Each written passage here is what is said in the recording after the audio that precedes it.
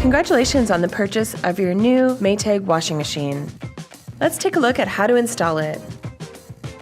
Here are some of the tools you'll need. A 1 3/4 inch pliers, an adjustable wrench that opens to 14 millimeters, hot and cold water hoses with flat washers, a level, and a utility knife.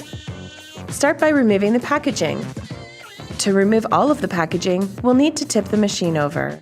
Warning: this is an excessive weight hazard. Use 2 or more people to move and install your washer or dryer.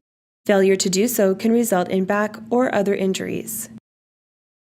With the help of a friend, carefully tip the machine onto its back. You can use some of the packaging to make sure you don't get scratchers on the machine. Remove any additional packaging. Tip the machine back into a standing position. Open the lid to find additional materials, including your use and care guide and a drain hose. To start the installation process, remove all 4 shipping bolts at the back of the machine using an adjustable wrench.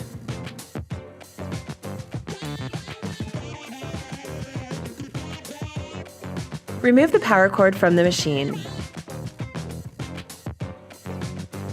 Use the plastic flap to close the opening. Next, you're going to install the drain hose. Fasten the drain hose in place using your adjustable wrench.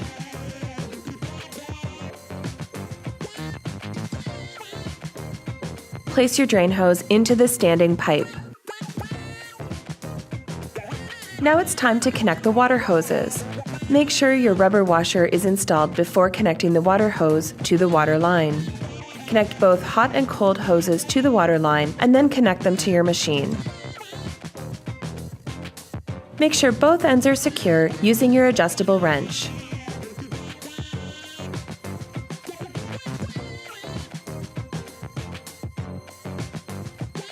Now to level your machine. If you find that your machine isn't level, prop it up with a wooden block and make adjustments to the feet. Check again to make sure you're level.